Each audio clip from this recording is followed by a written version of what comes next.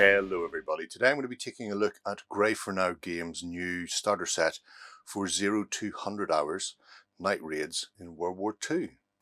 Okay, so the starter set for 0-200 hours from Grey For Now Games is a bit of a chunky box. You can see the components on the back. So the set contains your British, German plastics, the A5 rulebook, your counters, dice and cards. If you're after anything in particular, 0-200hours.com has the assembly guides and some additional content on it as well. So just opening it up.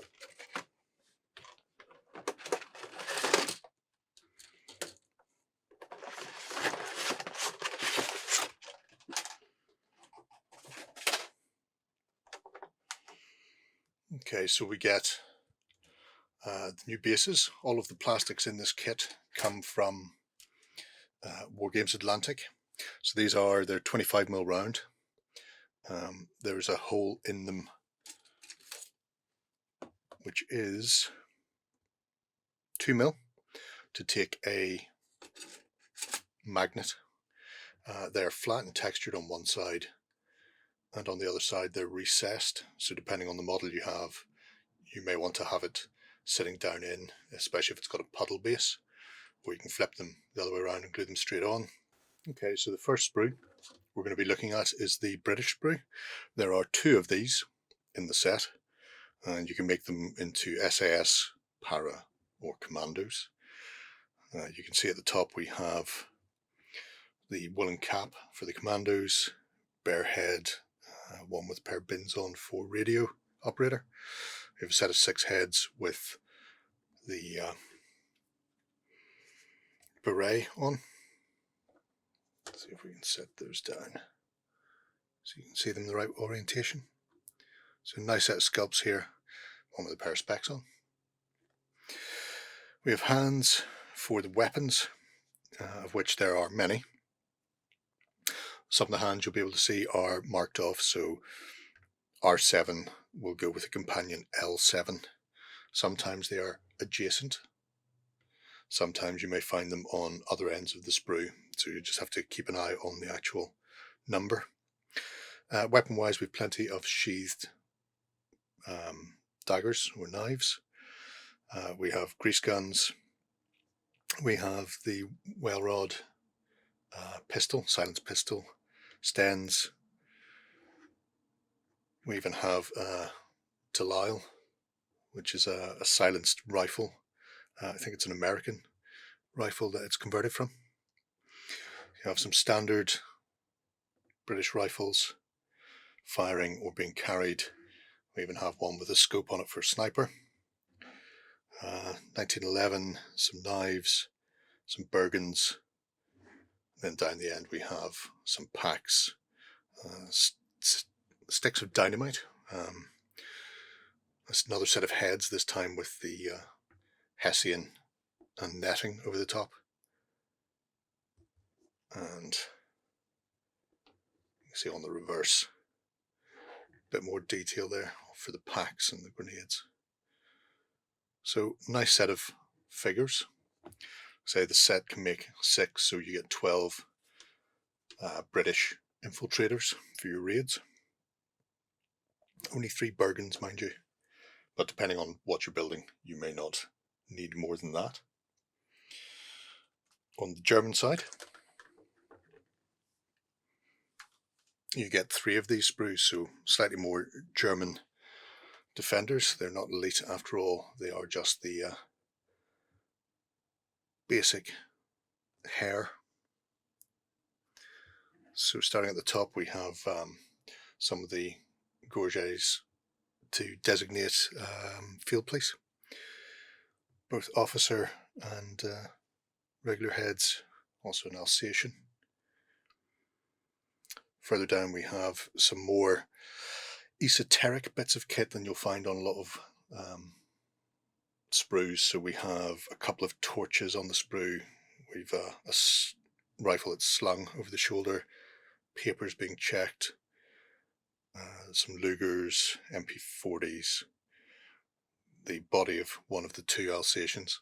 This lets you make 2 dog handlers if you wish, although you don't have to. Again, down the sprue we have our bodies themselves, mostly standing rather than the British set, which is sort of scouting and running. Again, another slung rifle, a couple at the ready. Just missing a little box for them to sit in. Flipping it round, another Alsatian, a couple of MP40s sort of hung at the ready. Pouches, rifle ammunition and SMG ammo pouches. And again, nice set of heads and some interesting little pieces like the binoculars, somebody saluting, there's a couple of guys having a smoke. So exactly what you want for guards at a station. So how do they look? Well, I've put together a set. So here we have the British first. As you can see, the puddle base fits into that lipped base quite neatly. In the main, they went together without any issues. Pairing up arms isn't particularly taxing and you've got plenty of working time. The sculpts themselves are fairly well detailed. Minimal flashing or mold lines, which you would expect from a good plastic kit. In some cases you'll see a little bit of, I suppose, loss of detail or unusual packs because of the way you can't have undercuts, generally with the running, but then you can hide them with the likes of pouches and the like. Quite like this guy, Commando, with a demolition charge with a plunger. I don't actually think it was a plunger, I think it was like a dynamo, so you crank it, but again, Bergen on.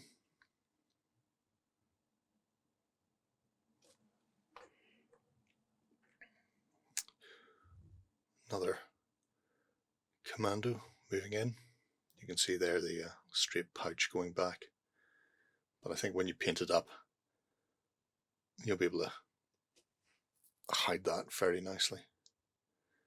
And there's plenty of other things going on there. Out with the well rod, just needs hollowed out. And then a knife in his teeth for dealing with anybody else who's up close and personal. And we have some kneeling. So another gentleman, this time with his Thompson, edging forward.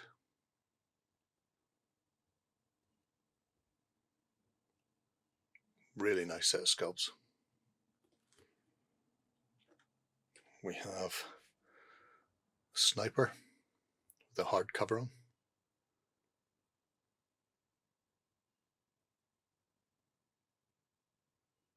I didn't run into any issues with any of the arms not fitting on specific bodies.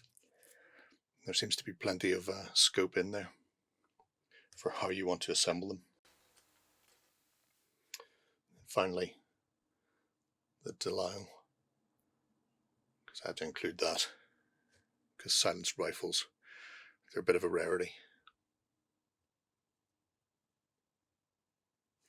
As far as scale goes,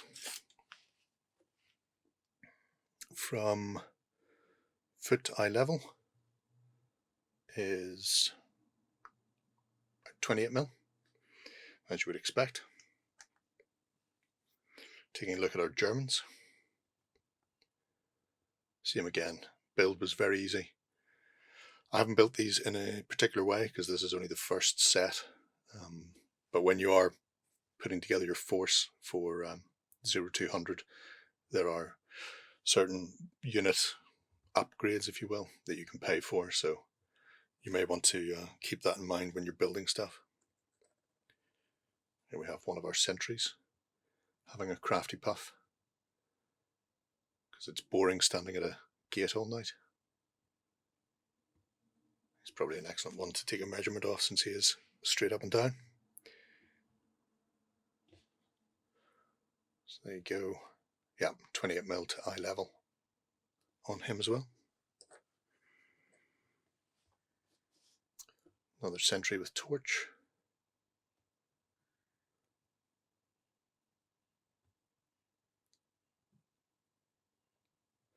Simple sculpts, but a lot of detail on them. We obviously have a surrendering gentleman. For him, the war is over. Or maybe he's going to parlay to get the trapped British to surrender. We have a forage cap.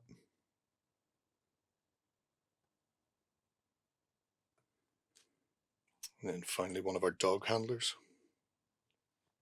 So I've popped him on the top of this base. As you can see, there is not much wiggle room. Now I know there's a gap there, but you have to remember the base is lipped. So it does suggest in the instructions, if you want to have these set into the base, you'll need to cut it down. So just clip away some of the puddle from the edge, but then you're going to be filling that in anyway. Again, there are two leads, or two arms with leads rather. So you can have your Alsatian being walked or stationary, which is a really nice little set of miniatures. So other components, you get a set of bespoke dice. So these are your hits, and then you've got the little medals for, I suppose, criticals. The eye for being hidden, just part and parcel of the game. There is a deck of cards, which is split into several sections. So you've got events, veterans, and requisition. So there's a sort of an army building component with your requisition and recruitment cards. I get these recruitment, there we go. So as you can see, things like SAS officer, standard issue combat knife and grenades, his attributes done by the medium of chevrons. Also things like the sergeant, the SAS troopers,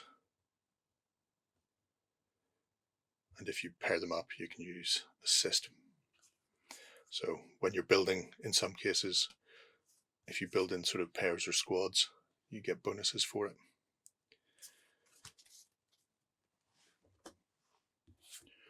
You also have the, there we go, requisition. So requisition, standard issue, or additional weapons. So you can build up your force in a slightly different way each time.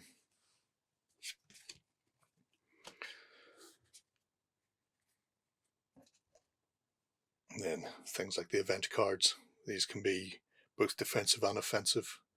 So patrols can move into position a bit faster, or attackers can find themselves hung up on barbed wire. This is the sort of the biggest set of cards in the deck, along with the orders, for actual gameplay rather than mechanics themselves.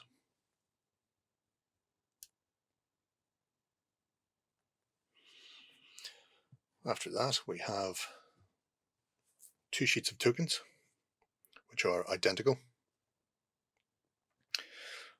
So you can see here, marking off activations or alert statuses, patrol routes, whether or not lights are on, and where your objectives are.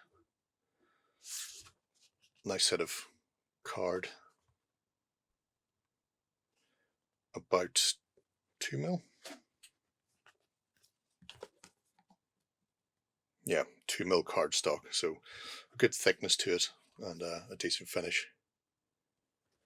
Should last a while. I have no doubt other companies will start doing bits and pieces for it. And then we have the little A5 book, so the rules themselves, which despite being an A5 book is not lacking for colour sections. which I quite like, even though it's a relatively small book to go through.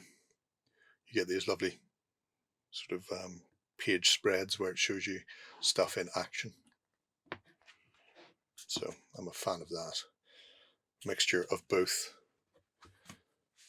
painted miniatures and artwork and renders. So there we have it. That's 0 to 100 hours night raids in World War II. So there we have it. Terrific box set. Fantastic plastics from Wargames Atlantic, and I believe they are going to be released separately as well. So if you're after some additional German sentries or some more commandos for your World War II forces, you'll be able to pick those up. Haven't had a chance to get through the rulebook yet to see exactly the ins and outs of it, but it seems quite intriguing, the idea of playing these small unit actions on the tabletop. Your likes of your Saint-Nazaires, your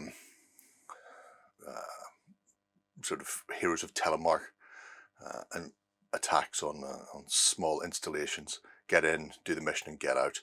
Let me know what you think below. I'm going to move on, folks. Bye-bye. Go ahead and check out our other content on screen now. And while you're at it, why not hit subscribe and remember to ding our dong. Go on, you know you want to click it. Go on.